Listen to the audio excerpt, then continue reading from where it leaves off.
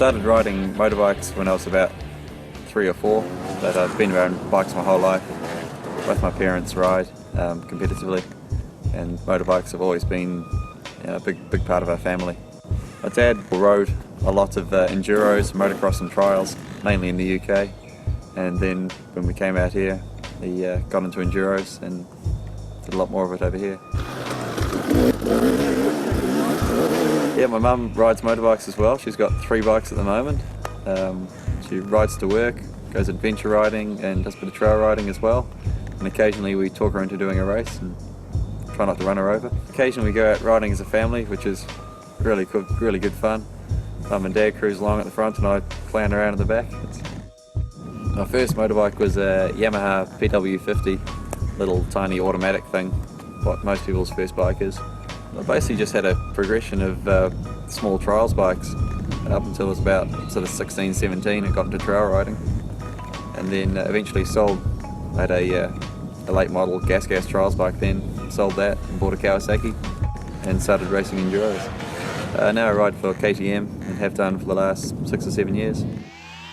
This is a KTM 300 EXE, it's a 300cc 2-stroke. This bike is pretty much standard. We just play around with it a bit and get them set up well. For the extreme enduros, for the hard events, we've used a bit more protection. So we've got a bit of crash bars on the radiators, exhaust guards, clutch guards, that sort of stuff. So when we smash it on the rocks, it doesn't get damaged too much. Yeah, suspension setup plays a big part of it. For the extreme stuff, we need something that's really soft and helps us get over the rocks and the low speed, difficult conditions. And then for the more high speed stuff, you need something that's quite a bit harder so it doesn't wallow through the holes and can take the big hits.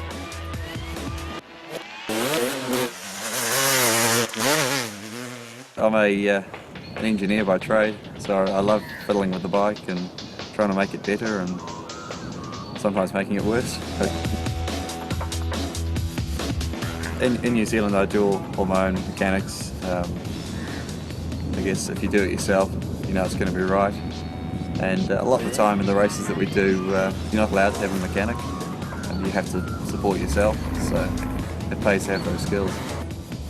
I think in New Zealand, Enduros has a good future ahead of it. It died a bit, sort of maybe 10 or 15 years ago, but it really seems to be bouncing back. We're regularly getting over 100 entries at a national championship round, so it's looking really good.